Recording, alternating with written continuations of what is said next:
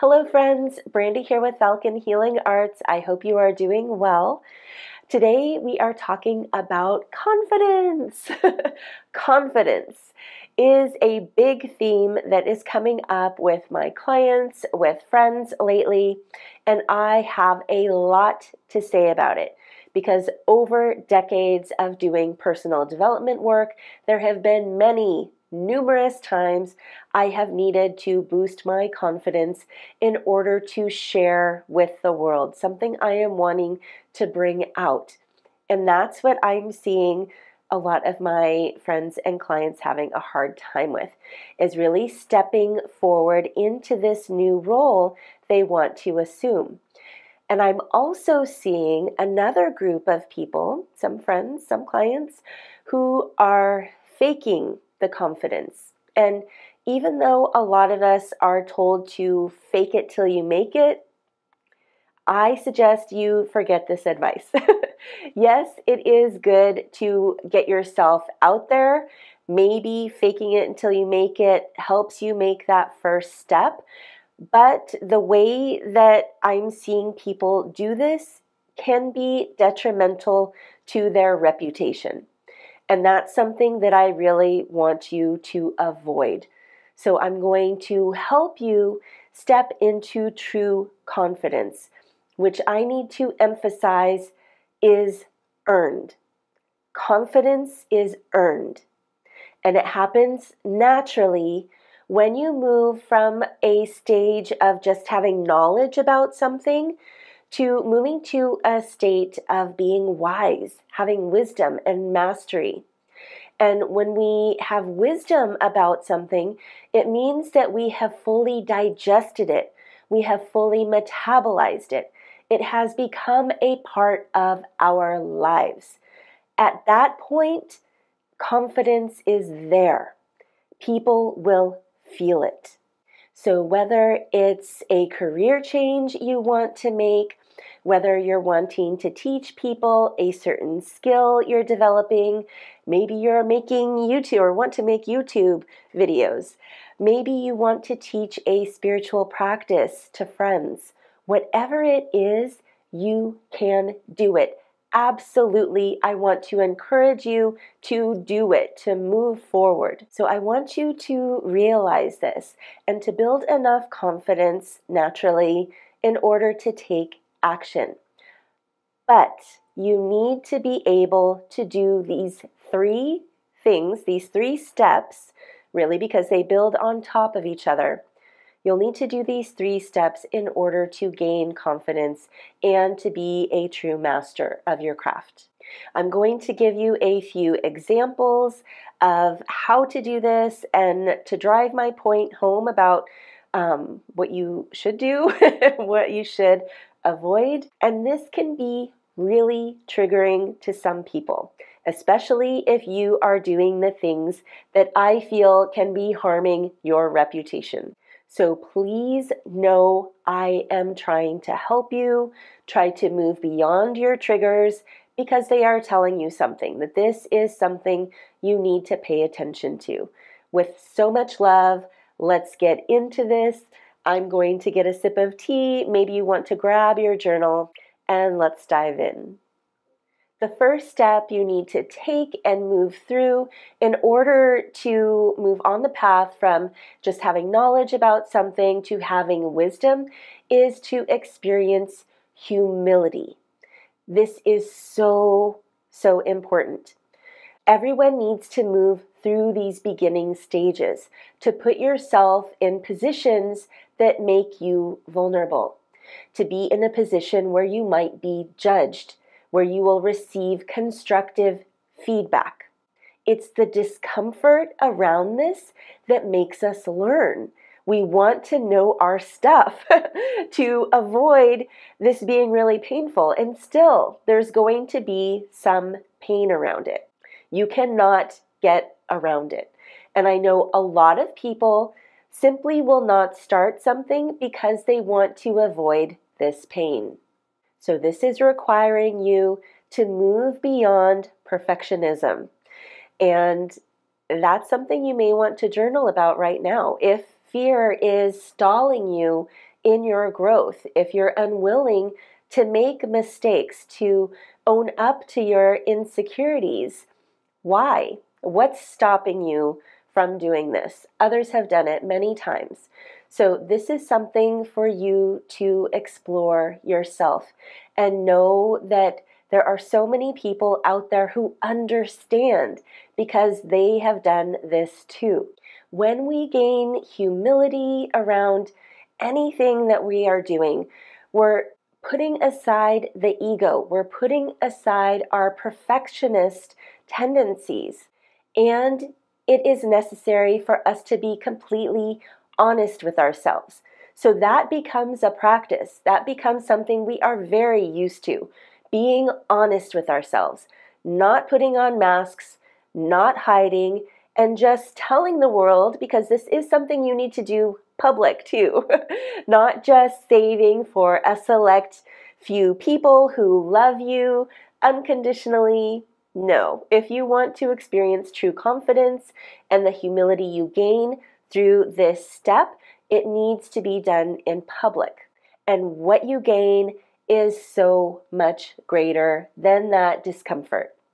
So let me share an example of how you need humility to move through this stage. I was talking to a friend, an older mom like me. Her daughters are older though, and she was sharing that one of them has a business and she's wanting to increase her visibility, so is interested in doing YouTube videos. And she knows I've been doing these videos. And so she was asking me what she can do to help her daughter move beyond the fear stage and to gain confidence. And so I was sharing with her how it was a big process for me. Like, I moved through so much fear, a lot of practice of just doing videos. I shared with her a few channels to check out, just to help with the logistics of getting set up, and a few that helped with points of the way you carry yourself that helps with confidence and other things about that. And everything that I was bringing up, I could see that she was putting up a block. And this wasn't even her we were talking about. We were talking about her daughter. And she kept saying, yeah, but that's not going to help her with confidence. That's not going to help her with confidence. And I'm like, she needs to do it. She just needs to do it. And she's like, but there has to be something she can do to make this easier. And this mom, I felt for her so much because she did not want to see her daughter move through this discomfort. And this is a big lesson that moms are not the best business coaches. You definitely need that yang balance, the stereotypical father energy that's more of an evolutionary push for you. Like, you are wonderful as you are, but you could be better. And yes, you need to move through discomfort to get there. So I did my best with my friend. Even after this conversation, I sent her some of my old videos and I was like, look at this video. I was so scared at this point. You could share this with your daughter and let her know that, her first videos might feel and look like this too. And it's okay. Like, I am proud of that, because if you look at my old videos and then look at the ones I'm doing today, you can see how much growth I have experienced. And that is something I am very proud of. And so that's a huge accomplishment. That's a huge accomplishment with growing a business too. Not just growing your confidence, but growing your business. That helps with your reputation when people see that you have done that. So friends, if you are feeling stalled, can you bow down? Bow down before your mission to serve in some way. Allow yourself to be humbled that you are going to experience a lot of growth and mistakes. They're opposite sides of the coin, both valuable. Be humble and you will reap the benefits. The second step you need to take on the path from knowledge to wisdom is respect. So this comes right after humility. Once you have experienced that, you also need to have respect. Respect for the depth of the subject matter that you are sharing. Respect for the original teachers. And most importantly, I believe, is respect for the people who you are teaching, who you are serving. So please keep this in mind, because it is lack of respect and also probably lack of being humbled, where I see that some people who are faking it till they make it, they're starting to share things that they do not fully understand with an audience. And they're not doing this intentionally to disrespect what it is they're sharing. But it's definitely something that really should be brought to their attention. Because when you say, oh, this is so easy to understand and it's trendy, I want to do this too, I have this audience of people who already love me, so I'm just going to share this, it is disrespectful. And this is where, if people are noticing that you're doing this, where it can affect your reputation. They see that you haven't done all the work. So I have an example about this, and really I could go on. I am seeing this so much, but just share one example with you. I was talking to a friend who does human design readings, and she was actually one of my coaches, and now she's a wonderful friend. And she was saying at one point that it has been so frustrating because she'll have clients who get readings from her and they're friends on social media, and then she'll see those people start to teach the things they just learned from her. And she feels like they haven't fully digested it, that it was supposed to be their reading. And now they're seeing that it's so cool. And we all understand this because I've been tempted many times to do this. You're excited about something and you want to share it, but it needs to be your lesson, and you need to respect the lineage of this knowledge, because these people were not crediting my friend with what they were sharing.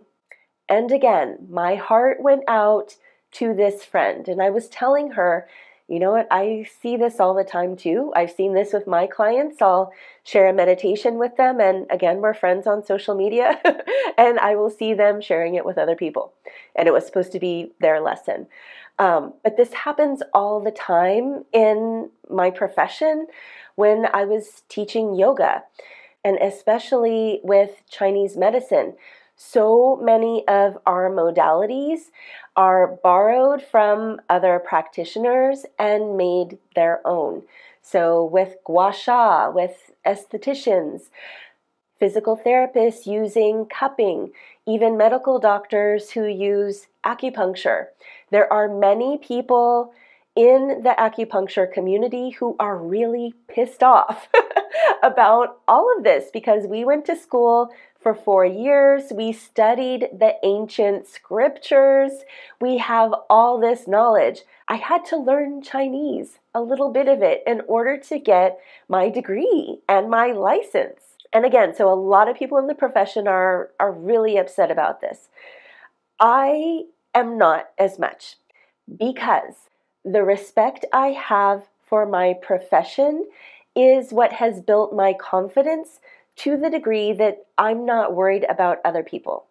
Yes, many medical doctors, what they do is more accepted out into the world, but it doesn't frustrate me that they're doing acupuncture too, because I know the majority of people, at least the people I am attracting, they respect me for having great respect for my craft. They respect me for the degree and depth I have of this knowledge. And so that's what I was sharing with my friend too. I'm like, I don't think you need to worry about these clients. Again, I totally understand this is frustrating, but I was sharing with her, you have so much knowledge. You are studying all the time. You are an expert. Like, that should be enough. And so if you are a person who is unintentionally disrespecting something that you are sharing with the world without giving it credit, without referring to other people who may be more wise than you about a certain subject, if there is someone who's needing help and you're not referring them to someone who knows more, then this is something you will want to dive deeper into. Are you fully respecting this subject enough? And you need to keep your clients, your audience in mind. That if you are giving them this watered down or very surface level education about something, you're not serving them. That is not respecting them fully. So I know if you are watching this, you have a big heart too. So just consider how you can develop further, and you will experience more confidence in the process. Because I feel like most people don't do this in the public. Like if you are going to teach something to the public, to a bigger audience, you are going to go deeper. It's when you're only sharing with a smaller audience of people who already accept you that you might be tempted to do this. So respect them too. Treat them like a bigger audience where you will be certain that you know your stuff. The third step you will need to take in order to experience true confidence is to only share what you practice.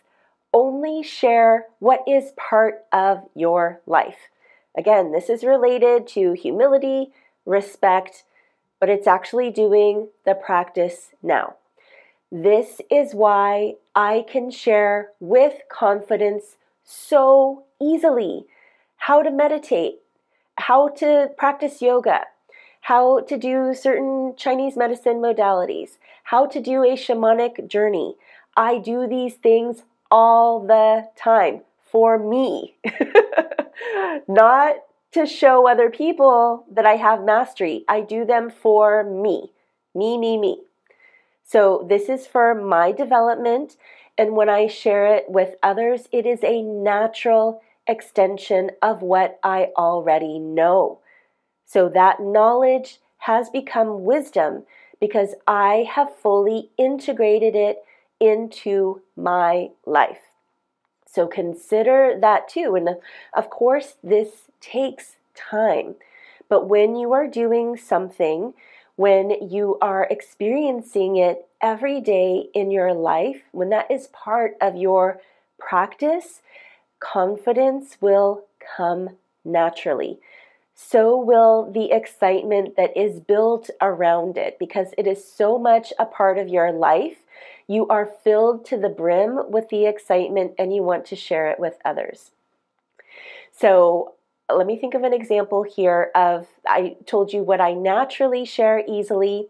Things I don't share as naturally, even though they are a part of my life. The biggest one I could think of, there's a few, but we'll just do one, is homeschooling. So I've been a homeschooling mom for over 6 years now. And to some people, they would say that I have a lot of wisdom around it. And perhaps I do relative to someone else. But it doesn't feel like wisdom to me yet because I am still in the thick of it. I am still gaining knowledge. I am still learning from myself and from my son. He's 13. I feel like I'll probably be in a position where I feel wise, where I could actually teach a course on homeschooling options and approaches after he's graduated. After I've moved him through high school is what I mean. That I feel like he needs to move through high school in order for me to say, I know my stuff. But I would probably still say, I knew how to do this for my son. There are other approaches, and I would still probably refer to other people if I felt that I didn't experience enough. So maybe with a child who has different learning challenges, I would not be an expert with that.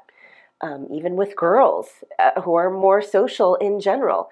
I'm not an expert with that. I have a very introverted boy who is happy to be at home learning with his mom. So this is one example of many I could think of where I am not experiencing that wisdom yet. So I'm not going to share with other people.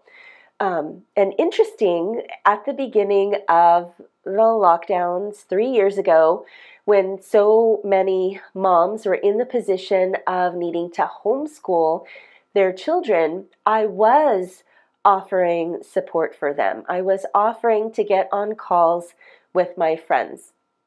But it was only to point them in a certain direction and to help them with confidence. What I am helping you with right now is just to make these steps and to help them realize that they can do whatever they put their mind to, and just to share with them that I've gone through this process, not to teach them how to homeschool. So just wanted to mention that too. So I hope this one is self-explanatory, that you definitely need to be incorporating this into your life and practice before you teach. And you will experience great confidence and wisdom. I hope this helped, friends. If you have been stuck and not feeling confident, that this helps move you forward on this path from knowledge to wisdom. Thanks for watching until the end here. Please consider liking this video if you enjoyed it. Share it with a friend who could use this support. And consider subscribing to this channel if you are interested in hearing more. Just about weekly, I offer empowering wellness wisdom to help you take care of yourself and your family naturally. So I will see you again next week. Much love and peace to you all.